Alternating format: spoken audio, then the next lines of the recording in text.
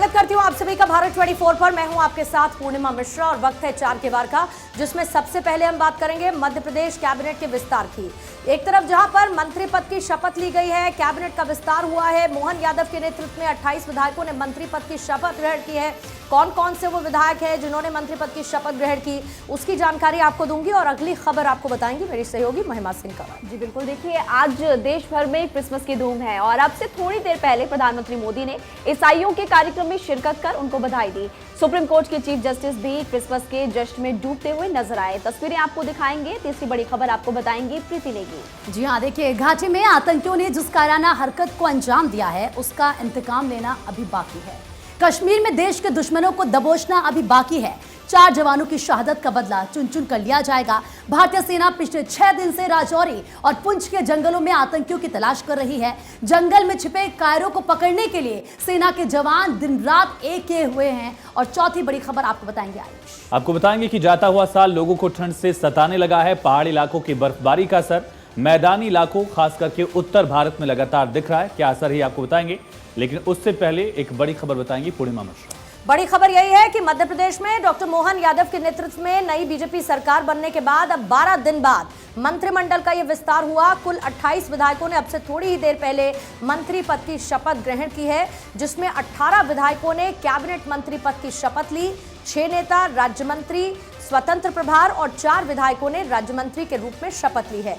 Cabinet विस्तार को लेकर पिछले कई दिनों से मंथन और अटकलों का दौर लगातार चला हुआ था और आखिरकार आज नए मंत्रियों को शपथ दिलाई गई है, जिसमें कैलाश विजयवर्गीय उनका साथ देते हुए नजर आए हैं। कैलाश विजयवर्गीय एक वो चेहरा है, कैबिनेट मंत्री पद की शपथ उनकी तरफ से ग्रहण की गई है और इसके साथ साथ बाकी विधायकों ने भी मंत्री पद की शपथ ग्रहण की है। प्रहलाद पटेल, राकेश सिंह, करण सिंह वर्मा कैबिनेट मंत्री बने हैं, इनकी तरफ से भी शपथ ग्रहण की गई है। राकेश सिंह जो कि जबलपुर पश्चिम से विधायक हैं, इसके साथ ही संपतिया उइके, तुलसी सिलावट, विजय शाह कैबिनेट मंत्री बने हैं और ये है डॉक्टर मोहन यादव की टीम जिनकी तरफ से आज शपथ ग्रहण की गई। विश्वास सारंग, करण सिंह कैबिनेट मंत्री बने हैं। राव उदय प्रताप सिंह वो भी मोहन यादव का साथ देते हुए इस टीम में नजर आएंगे। एंदल सिंह कंसाना, निर्मला बूरिया, गोविंद सिंह कैबिनेट मंत्री बने हैं, इनकी तरफ से शपथ ग्रहण की गई है। सीधा आइए आपको लिए चलते हैं अखिलेश सोलंकी हमारे संवाददाता और ज्यादा जानकारी के साथ इस वक्त जुड़ चुके हैं। अखिलेश, नाम सामने है लेकिन सबसे बड़ी बात, एक लंबा दौर चला मंथन का और उसके बाद डॉक्टर मोहन यादव की टीम तैयार है। सबसे पहली झलक कैबिनेट एक्सटेंशन के साथ क्या देखने को मिल रही है? देखिए, जो लंबा मंथन चला इस बात को लेकर था कि जो स्टॉलवर्ड है मध्य प्रदेश की राजनीति के, चाहे कैलाश विजयवर्गीय हों, प्रहलाद पटेल हों, राव उदय प्रताप सिंह हों, राकेश सिंह हों, ये तमाम लोग मंत्री बनेंगे कि नहीं। तो जब ये नीतिगत फैसला हो गया कि इन तमाम लोगों को मंत्री पद से नवाजा जाएगा, यानी कि जिन्होंने सांसदी छोड़ी, केंद्रीय मंत्री का पद छोड़ा, जब वो मंत्री बनेंगे तो फिर एक दूसरी लाइन आई कि जूनियर के अंडर में कैसे होंगे। तो आला कमान ने पहले कन्विंस किया कि देखिए, मोहन जी एक तरह से संगठन की पसंद है और आप अगर साथ देंगे तो सरकार अच्छी चलेगी। तो एक तरह से बैलेंसिंग अप्रोच की बात सामने आ रही है। दूसरी बात यह है कि जिस तरह से जातिगत और क्षेत्रीय समीकरणों को साधने की बात थी, क्योंकि लोकसभा चुनाव सामने है और इसीलिए 5 महिलाओं को यहाँ पर मंत्री पद से नवाजा गया। इसके अलावा 12 ओबीसी, 7 सामान्य, 5 एससी और 4 एसटी, तमाम वर्गों को, तमाम इलाकों को साधने की कवायद यहाँ की गई। इसलिए मंथन के लिए इतना टाइम लगा और जब ये मंथन हुआ है तो हर इलाके को साधने की कोशिश है। और बड़े नेताओं को क्या पोर्टफोलियो मिलता है, जो हमारी जानकारी है, पोर्टफोलियो का डिस्ट्रीब्यूशन भी आज शाम को या कल तक कर दिया जाएगा, क्योंकि दिल्ली में सब कुछ तय हो गया है। जेपी नड्डा साहब की बात हो या अमित शाह, तमाम लोगों से मंथन के बाद ये कैबिनेट तैयार हुआ। जो बड़े नेता हैं उनको बड़े ओहदे नवाजे जाएंगे, इस बात की तैयारी है। जी, सबसे बड़ी बात यह है कि भारत 24 ने जिन नामों का जिक्र किया था अखिलेश, जो आपकी तरफ से बताए गए थे, लगभग वैसा ही मंत्रिमंडल विस्तार का नाम समझ में आता है उनके नामों को देखते हुए। लेकिन अब इसके साथ क्या, क्योंकि बाकी राज्यों में हमने देखा जैसे ही मंत्री पद की शपथ ग्रहण की गई फौरन सरकार एक्शन मोड में नजर आई। बहरहाल शुरू के कुछ दिनों की कैसी प्लानिंग इस कैबिनेट एक्सटेंशन के साथ डॉक्टर मोहन यादव की टीम की नजर आती है? देखिए, मंत्रिमंडल विस्तार से पहले ही एक तरह से एक्शन में मोहन सरकार है और आज हमने देखा कि प्रधानमंत्री पहले सरकारी कार्यक्रम में जुड़े भी जो मिल मजदूरों का 30 साल से बकाया था 250 करोड़ के आसपास का, वो पहले साइन से एक तरह से जारी किया गया।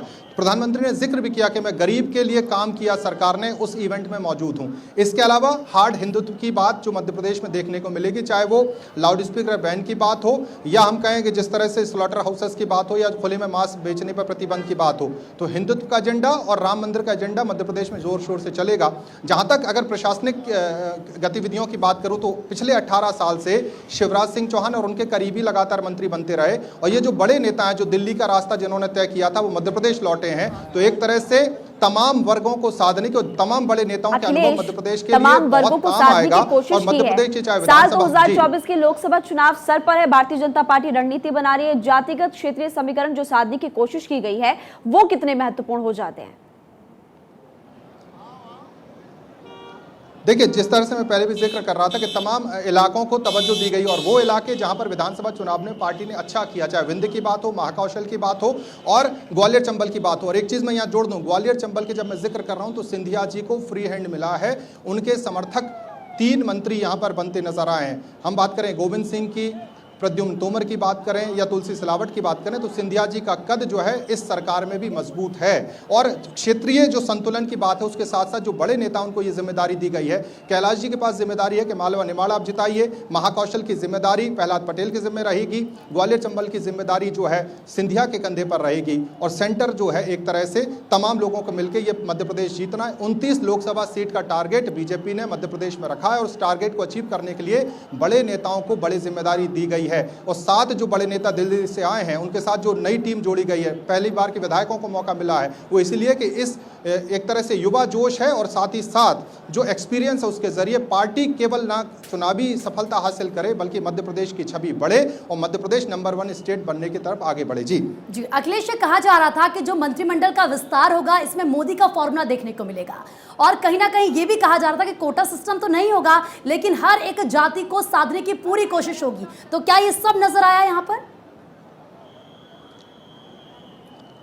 बिल्कुल साफ तौर पर। और जिस तरह से प्रधानमंत्री मोदी का फॉर्मूला उन्होंने 4 जातियों का डिफाइन किया है, गरीब, महिला, युवा और किसान, सभी वर्गों को साधने की कोशिश की गई। किसानों का जिक्र करें तो राव उदय प्रताप सिंह जैसे किसान नेता को इसमें इंक्लूड किया गया।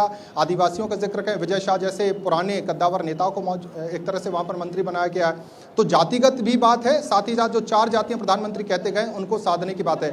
अगर इस पूरे कैबिनेट को आप देखेंगे तो युवाओं की भरमार है। अंडर 60 जो है ज़्यादा मंत्री बनाए गए हैं और 50 से 60 की सीमा एक तरह से मंत्री परिषद के लिए तय कर दी गई है, अपवादों को छोड़कर। जहां बड़े नेता हैं उनको एडजस्ट करना है, लेकिन कई बड़े नेताओं को मंत्री नहीं बनाया गया। गोपाल भार्गव जो लगातार विधायक रहे उनको नहीं बनाया गया है। इसके अलावा भूपेंद्र सिंह जो कि एक नाक का बाल हुआ करते थे शिवराज सिंह चौहान के, उनको मंत्री नहीं बनाया गया। तो कई बड़े नेताओं को मंत्री नहीं बनाया गया, उनकी जगह युवा महिलाओं को मंत्री बनाया गया है। हालांकि रीति पाठक का नाम सुर्खियों में था, उनको मंत्री नहीं बनाया गया, लेकिन उसी इलाके से दूसरी महिला को एक तरह से मंत्री बनाया गया जो कि पूर्व मंत्री की बहू है। तो एक तो जातिगत समीकरण और संगठन से निष्ठा निभाने वाले लोगों को, संघ से निष्ठा निभाने वाले लोगों को तवज्जो इस मंत्रिमंडल में दी गई है। जी बहुत बहुत शुक्रिया जानकारी देने के लिए अखिलेश। तो देखिए विस्तार से जानकारी अखिलेश दे रहे थे कि कितना महत्वपूर्ण यहाँ पर, और देखिए तस्वीरें आपने तमाम देखी।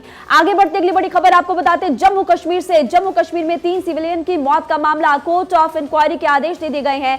कमांड लेवल पर बदलाव के संकेत फिलहाल मिल रहे हैं। बड़ी खबर के तौर पर आपको बता रहे जम्मू कश्मीर से जहां पर 3 सिविलियन की मौत का पूरा मामला कोर्ट ऑफ इंक्वायरी के आयुष यहाँ पर आदेश दे दिए गए और इसी के साथ कमांड लेवल पर बदलाव के भी संकेत मिले। बिल्कुल, ये बहुत बड़ा मामला है। सेना अपने स्तर पर इसको लेकर जांच करेगी और जो कमांड लेवल पर बदलाव के संकेत हैं उसके मायने बेहद अहम। जम्मू कश्मीर में एक बड़ा आधिकारिक बदलाव क्या होगा ये समझा जा सकता है। पूर्णिमा, कमांड लेवल पर देखिए बदलाव के संकेत हैं। एक तरफ जहां पर जम्मू कश्मीर में वैसे ही अगर आप स्थिति देखेंगे, ये हालांकि 3 सिविलियन की मौत का मामला है, लेकिन घाटी में एक तरफ जहां पर आतंकियों की तरफ से अमन और शांति को खराब करने की कोशिश लगातार हो रही है।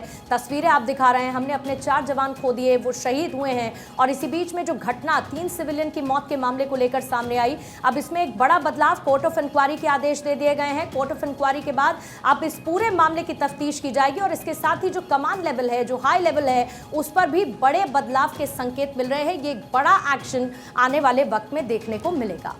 और बिल्कुल देखिए, क्योंकि खुद आर्मी चीफ वहां पर पहुंचे, यानी कि राजौरी वो पहुंचे और उसके बाद ये कहा जा रहा था कि बैठक की जानी है, जिस बैठक के बाद जिन बदलाव के संकेत दिए जा रहे थे वो बदलाव अब थोड़ी देर में नजर भी आएंगे, क्योंकि आज का दिन बहुत ज़्यादा महत्वपूर्ण राजौरी के लिए। लेकिन इसी के साथ ये तस्वीरें हम आपको दिखा रहे हैं, क्योंकि मध्य प्रदेश में मंत्रिमंडल गठन पर पूर्व मुख्यमंत्री शिवराज सिंह चौहान का भी बयान सामने आया है। शिवराज ने कहा कि मध्य प्रदेश का सौभाग्य है कि अटल जी की जयंती पर नई सरकार आकार ले रही है और मंत्रिमंडल में अनुभव की भट्टी में पके वरिष्ठ राजनेता और युवा जोश शामिल है। मंत्रिमंडल में पूरी तरह संतुलित और क्षेत्रीय आवश्यकताओं को भी ध्यान में रखा गया है।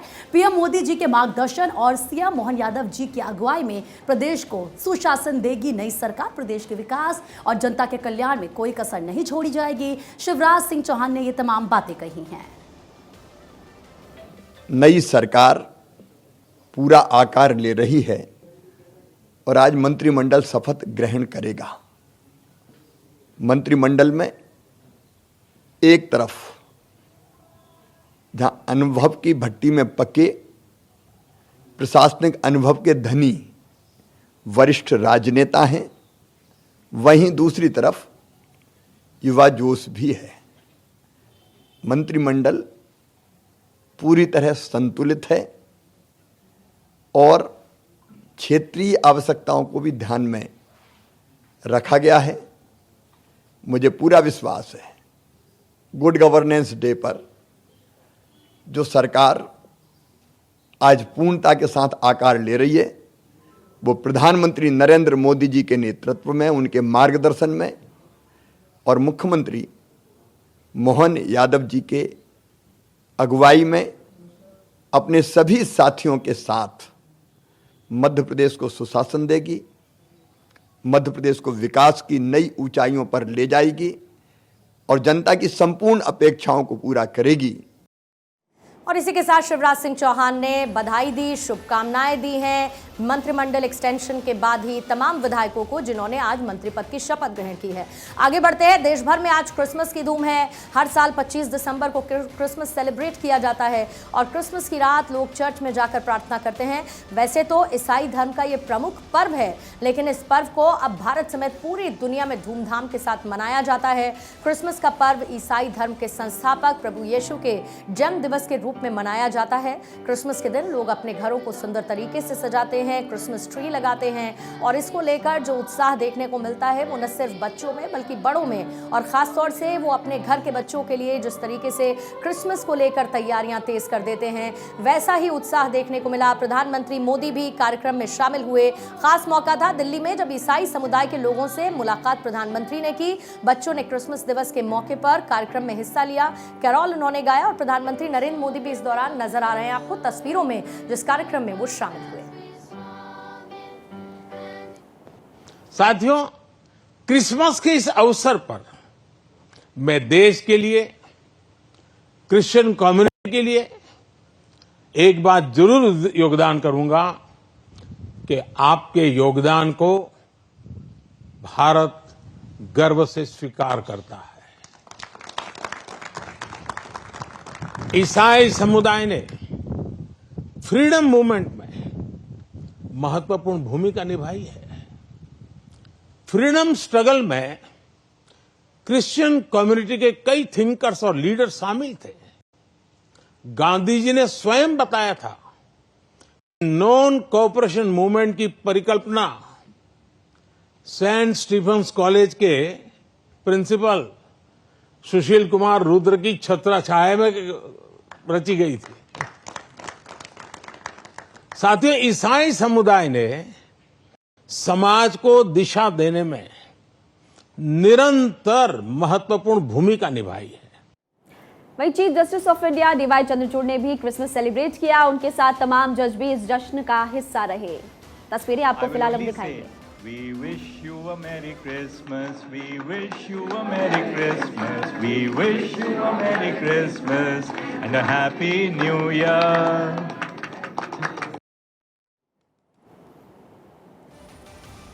तो देश भर में क्रिसमस की धूम देखने को मिली और इससे पहले आप प्रधानमंत्री मोदी को सुन रहे थे और यहाँ पर आपने देखा कि सुप्रीम कोर्ट में भी पहली बार क्रिसमस डे को सेलिब्रेट किया गया। चीफ जस्टिस ऑफ इंडिया ने सभी लोगों को क्रिसमस डे की शुभकामनाएं भी फिलहाल यहाँ पर दी और तमाम तस्वीरें देखिए देर रात से आपको हम दिखा रहे हैं। अलग अलग जगहों पर कुछ ऐसी तस्वीरें सामने आई जहाँ पर जगमगाती लाइट से गिरजाघर रोशन नजर आए और फिलहाल ये तस्वीरें काफी ज्यादा महत्वपूर्ण हो जाती है।